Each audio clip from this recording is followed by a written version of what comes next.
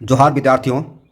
आज मैं क्लास 9 का मैथ पढ़ाने जा रहा हूँ। एक्सरसाइज प्रश्नावली 5.1 बढ़िया से देखिए। इसके पहले हम इस चैप्टर का यूक्लिड चैप्टर का हम परिचय बताए हैं, वहाँ से आप देख लीजिएगा। देखिए क्वेश्चन है, निम्नलिखित कथनों में से कौन से कथन सत्य हैं और कौन से कथन असत्य हैं, अपने उत्तरों के लिए कारण भी दीजिए। मतलब ये जो क्वेश्चन है इसको आपको बताना है सत्य है या असत्य है। सत्य है तो भी कारण बताना है, असत्य है तो भी कारण बताना है। चलिए शुरू करते हैं। क्वेश्चन नंबर 1 है कि एक बिंदु से होकर केवल एक ही रेखा खींची जा सकती है। क्वेश्चन कह रहा है कि एक बिंदु से केवल एक ही रेखा खींची जा सकती है। तो शुरू करते हैं, इसको बनाते हैं। तो क्वेश्चन कर रहा है एक बिंदु से होकर केवल एक ही रेखा खींची जा सकती है। देखिए ये बिंदु है ना, ये बिंदु है, तो इससे एक ही रेखा खींची जा सकती है? नहीं, इससे हम अनंत रेखाएं खींच सकते हैं, ऐसे ऐसे ऐसे ऐसे ऐसे ऐसे, है ना, अनंत रेखाएं खींचा जा सकता है। तो क्या बोलेंगे? तो का आंसर हो जाएगा, आंसर हो जाएगा असत्य। क्या हो जाएगा? असत्य। ठीक है, ये हुआ। अब हमको लिखना है कारण। कारण क्यों होगा? क्या कारण होगा? क्योंकि एक बिंदु से अनंत रेखा खींची जा सकती है, खींची जा सकती है। ठीक है, एक बिंदु से अनंत रेखाएं खींची जा सकती है, तो रेखाएं लिख दीजिए। ठीक है, ये हुआ पहला। अब दूसरा क्वेश्चन देखिए। क्वेश्चन नंबर दूसरा है, यहाँ देखिए, दो भिन्न बिंदुओं से होकर जाने वाली असंख्य रेखाएं हैं। दो भिन्न बिंदु से होकर जाने वाली असंख्य रेखाएं हैं, तो क्या यह सही है? तो सही नहीं है। तो क्या हो जाएगा? दूसरा, ये पहला का होगा, ये दूसरा क्या हो जाएगा? असत्य हो जाएगा। क्या हो जाएगा? असत्य। असत्य हो जाएगा। क्यों? कारण क्या है? तो कारण लिखेंगे, क्योंकि यहाँ कहता है, यहाँ समझिए, कहता है कि दो भिन्न बिंदुओं से होकर जाने वाले असंख्य रेखाएं। देखिए दो भिन्न बिंदु है, यहाँ देखिए रब कर है, दो भिन्न बिंदु, एक बिंदु यहाँ, एक बिंदु यहाँ है। तो यहाँ से कितना रेखा खींची जा सकेगी? एक रेखा, एक ही रेखा खींची जा सकती है। जबकि क्वेश्चन कर रहा है एक बिंदु या दो भिन्न बिंदुओं से होकर जाने वाली असंख्य रेखाएं। यहाँ से कहाँ असंख्य रेखा? एक ही रेखा है। तो कारण है, लिखेंगे कि दो भिन्न बिंदुओं से होकर एक ही रेखा खींची जा सकती है, खींची जा सकती है, यही कारण है। ठीक है, अब क्वेश्चन नंबर तीसरा देखिए। यहाँ देखिए क्वेश्चन नंबर तीसरा यहाँ है, एक शांत रेखा दोनों ओर या निश्चित रूप से बढ़ाई जा सकती है। हाँ, बढ़ाई जा सकती है। कैसे? देखते हैं। देखिए शांत रेखा किसको बोलते हैं? यहाँ कहता है कि देखिए ये देख रहे हैं, यहाँ पर ये और बी रेखा है। अब यहाँ से हम इधर भी बढ़ा सकते हैं इसे, और इधर भी बढ़ा सकते हैं। तो जो बढ़ा रहे हैं ना, ये जो यहाँ से यहाँ बढ़ाएं और यहाँ से बढ़ाएं, इसी को बोलते हैं शांत रेखा। ठीक है, तो उत्तर क्या हो जाएगा? सत्य। तीसरा क्या हो जाएगा? सत्य। उत्तर हो जाएगा सत्य। कारण, कारण क्या है? कारण लिखेंगे कि एक शांत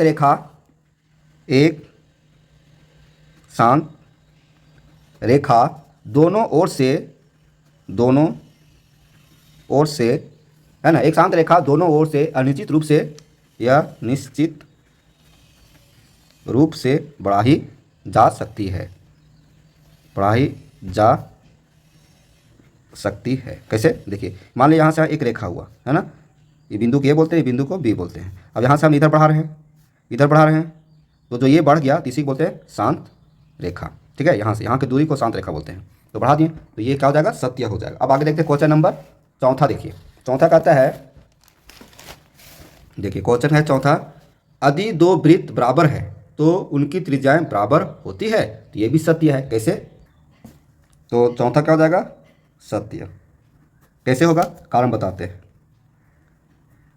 क्वेश्चन है, कहता है कि यदि दो वृत्त बराबर है, दो वृत्त, देखिए ये वृत्त यहाँ देखिए, ये सेंट्रल बिंदु यहाँ हो जाएगा, है ना। अब प्रकार और स्केच बनाएंगे तो यहाँ बैठेगा, और फिर ये वृत्त है। दोनों वृत्त क्या है? आपको बराबर लेना है।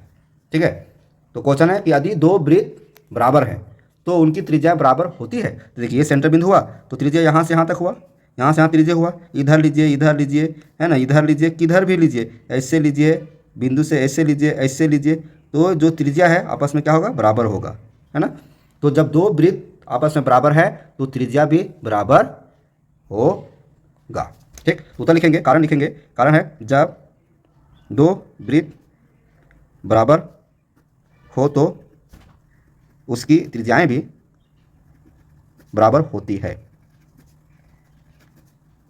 ठीक है, अब आगे देखिए पंचमा क्वेश्चन। यहाँ देखेंगे पांचवा क्वेश्चन है आकृति 5.9 में यदि ए बी बराबर पी क्यू और पी क्यू बराबर एक्स वाई है तो ए बी बराबर एक्स वाई होगा। आकृति 5.9 मतलब आगे है। यहाँ देखिए यही आकृति 5.9 यहाँ कह रहा है ए बी बराबर पी क्यू, ठीक है, और पी क्यू बराबर एक्स वाई, तो सब तो बराबर है, तो सब बराबर है तो क्या हो जाएगा। यहाँ क्वेश्चन लास्ट में कह रहा है कि क्या ए बी बराबर एक्स वाई होगा, ए बी बराबर एक्स वाई होगा, क्यों नहीं होगा। जब ये बराबर है, इसका बराबर ये है और इसका बराबर ये है तो इसका बराबर ये तो होगा ना, तो बराबर है, तो आंसर हो जाएगा सत्य। पंचमा होगा सत्य। कारण देखिए, कारण क्या है, कारण है कि यहाँ देखिए कहता है ए बी बराबर, हम बना रहे हैं ये आपका बी, ये क्या है, ये रेखा ये बी, ठीक है, इतनी बराबर क्या है बी पी क्यू है, यहाँ से लेकर यहाँ तक पी क्यू है, ये पी ये क्यू, ठीक है, पी क्यू है। उसके बाद क्या है एक्स वाई है, यहाँ से लेंगे ऐसे लेंगे तो क्या होगा, ये बिंदु एक्स है ये बिंदु वाई है ना। तो क्वेश्चन कर रहा है कि यदि क्वेश्चन है कि आकृति 5.9, ये 5.9 हो जाएगा, ये आकृति क्या है 5.9, ये आकृति 5.9 है। यदि ए बी बराबर पी क्यू, ए बी बराबर पी क्यू मतलब ये जो है ये इसका बराबर है, ठीक है। फिर है पी क्यू बराबर एक्स वाई, तो ये जो है पी क्यू इसका बराबर ये है, ठीक है, इसका बराबर क्या है ये है, सिग्नल दे दिए। तो क्या है कि तो ये बी बराबर एक्स वाई होगा, बताना है आपको, तो होगा। तो ये बी बराबर कौन है, ये बी, तो जो ये बी ये है और एक्स वाई ये है, तो दोनों बराबर होगा, तो होगा, क्यों नहीं होगा, जब इतना बराबर ये है इसका बराबर ये तो हो जाएगा, तो आंसर हो जाएगा सत्य। ठीक है, इस तरह से आपका क्वेश्चन नंबर 1, अब क्वेश्चन नंबर 1 का 5 तक क्वेश्चन को सॉल्व किया। अब देखते हैं दूसरा क्वेश्चन। क्वेश्चन नंबर दूसरा देखिए, निम्नलिखित पदों में से प्रत्येक की परिभाषा दीजिए। क्या इनके लिए कुछ ऐसे पद हैं जिन्हें परिभाषित करने की आवश्यकता है, वे क्या हैं और आप इन्हें कैसे परिभाषित कर पाएंगे। यहाँ क्वेश्चन है कि निम्नलिखित पदों में से प्रत्येक की परिभाषा दीजिए। ये जो दिया हुआ है ना, इसका सब का परिभाषा लिखना है ना। समांतर रेखा, लंब रेखाएं, रेखाखंड, वृत्त की त्रिज्या, वर्ग, इसका क्या करना है, परिभाषा लिखना है। ठीक है, क्या इनके लिए कुछ ऐसे पद हैं जिन्हें परिभाषित करने की आवश्यकता है, वे क्या हैं और आप इन्हें कैसे परिभाषित कर पाएंगे, आपको बताना है। तो शुरू करते हैं इसका। तो देखिए पहला है समांतर रेखाएं। तो समांतर रेखाएं का परिभाषित करेंगे, तो क्या लिखेंगे, समांतर रेखा किसे कहते हैं, वे दो रेखाएं जो एक दूसरे पर इस प्रकार खड़ी रहती है, इस प्रकार खड़ी रहती है, जो एक दूसरे से कभी नहीं मिलती है, जो एक दूसरे से कभी नहीं मिलती है, उनके बीच की दूरी सदैव समान रहता है। और क्या लिखेंगे, उनकी बीच की दूरी हमेशा बराबर रहती है। ठीक है, हमेशा बराबर रहती है। कैसे, देखिए यहाँ है, यहाँ कह रहा है कि वे दो रेखाएं जो एक दूसरे पर खड़ी रहती, खड़ी, अब ऐसे भी कर सकते हैं, यहाँ देखेंगे खड़ी, देखिए यहाँ से यहाँ और यहाँ से यहाँ, अब अस्कर से खींचेंगे सीधा रहेगा, तो दो रेखाएं खड़ी है ना। इसको हम ऐसे भी कर सकते हैं, ऐसे भी कर सकते हैं, ये पड़ी रेखा हो जाएगा। ठीक है, तो वे दो रेखाएं जो एक दूसरे पर इस प्रकार खड़ी रहती है, यानी तो यहाँ पड़ी भी लिख सकते हैं, पड़ी रहती है, जो एक दूसरे से कभी नहीं मिलती है, ये आपस में कभी नहीं मिलेगी, है ना। उनकी बीच की दूरी हमेशा बराबर होती है, मतलब ये जो दूरी है हमेशा बराबर होगा, जहाँ तक जाएगा ऊपर, जहाँ तक जाएगा ये दूरी बीच का क्या होगा, बराबर होगा। उसी तरह से ये दूरी क्या होगा, बीच का बराबर होगा, यहाँ और यहाँ की दूरी बराबर होगा। तो जैसे इसका उदाहरण देख देते हैं, रेलवे का जो पटरी होता है वो आप एग्जाम्पल के तौर पर देख सकते हैं। तो यही आंसर हुआ। अब दूसरा क्वेश्चन देखिए, दूसरा है लंब रेखाएं, है ना। लंब रेखाएं की परिभाषा दीजिए। तो लंब रेखाएं किसको बोलते हैं, दो रेखाएं, क्या लिखेंगे, जब दो रेखाएं एक दूसरे पर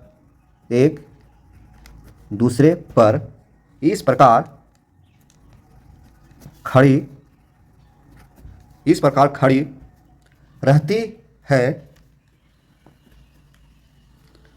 है कि उनके बीच का कोण एक समकोण होता है। ठीक है, तो ऐसे रेखाओं को हम लंब रेखाएं कहते हैं। तो ऐसे रेखाओं को हम लंब रेखाएं कहते हैं। यहाँ देखिए कहता है जब दो रेखाएं एक दूसरे पर इस प्रकार खड़ी रहती है कि उनके बीच का कोण एक समकोण होता है। जैसे एक रेखा मान लीजिए ऐसे है और एक रेखा ऐसे है, तो उसके बीच के कोण क्या है, 90 डिग्री कोण होता है। 90 मतलब समकोण 90, समकोण को क्या बोलते हैं, 90 डिग्री कोण, इस तरह से। तो यही होगा लंब रेखा, मतलब ये लंब रेखा है ना। और यहाँ जो कोण बन रहा है वो समकोण है। ठीक, अब दूसरा है, तीसरा होगा, ये दूसरा हो गया। तो तीसरा क्या है, रेखाखंड। तो तीसरा लिखेंगे रेखाखंड। ये आपको एग्जाम्पल दिए हम, रेखाखंड। तो रेखाखंड किसे कहते हैं, परिभाषा करना है इसको, है ना। रेखाखंड क्या है, देखिए, जिस रेखा के, कहते हैं जिस रेखा के दो अंत बिंदु हो, है ना, उसे हम रेखाखंड कहते हैं। यहाँ देखिए, जिस रेखा के दो अंत बिंदु है, जब तक दो बिंदु नहीं रहेगा तो रेखाखंड बनेगा नहीं। जैसे यहाँ पर हो गया, इसको ये मानते हैं, इसको बी मानते हैं। अब यहाँ से हम मिलान कर देंगे तो ये हुआ रेखाखंड, है ना। आप इसको नाप सकते हैं, 5 सेंटीमीटर, 6 सेंटीमीटर, 7 सेंटीमीटर। ये एक उदाहरण हुआ, ये क्या कहलाएगा, उदाहरण। ठीक है, तो आपको उदाहरण के सहयोग से भी आपको बता रहे हैं ताकि आपको समझ में ज़्यादा आएगा। अब आगे देखिए, क्वेश्चन है, नेक्स्ट क्वेश्चन है, चौथा क्वेश्चन क्या है, ध्यान दीजिए। यहाँ पर क्या कहता है, वृत्त की त्रिज्या, है ना। वृत्त की त्रिज्या किसको कहते हैं, वृत्त की त्रिज्या इसका परिभाषा लिखेंगे, क्या लिखेंगे, वृत्त की त्रिज्या किसे कहते हैं। इसका जवाब हो जाएगा वृत्त के केंद्र।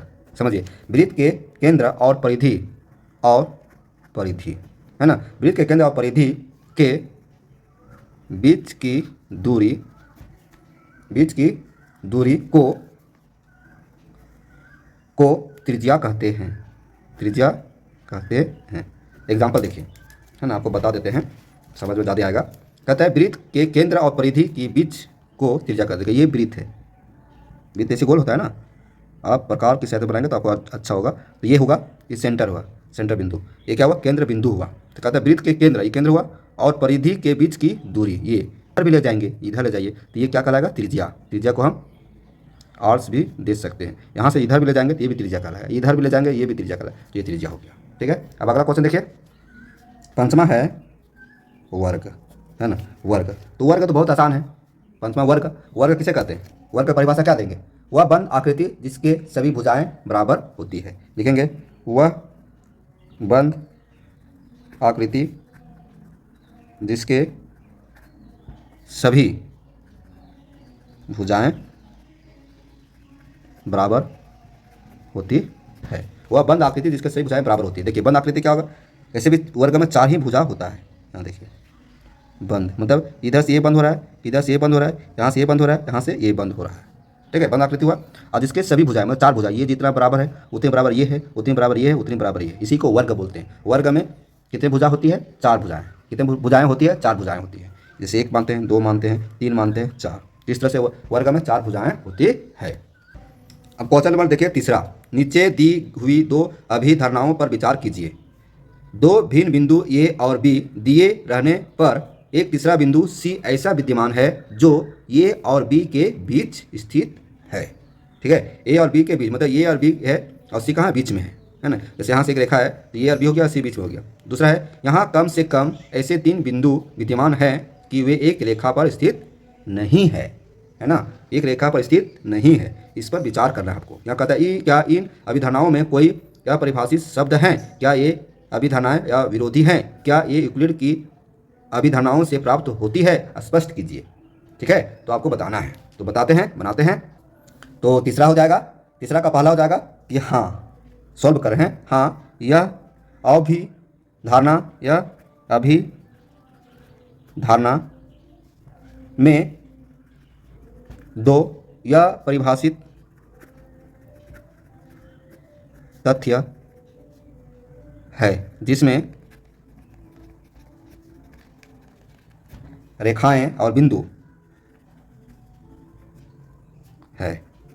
ठीक है, इसी तरह से दूसरा हो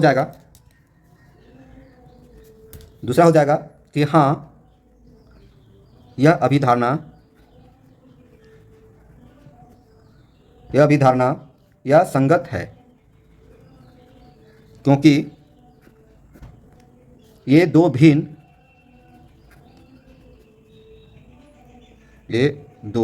भिन्न स्थितियों से संबंधित और इनमें से कोई भी यूक्लिड की अभिधारणा से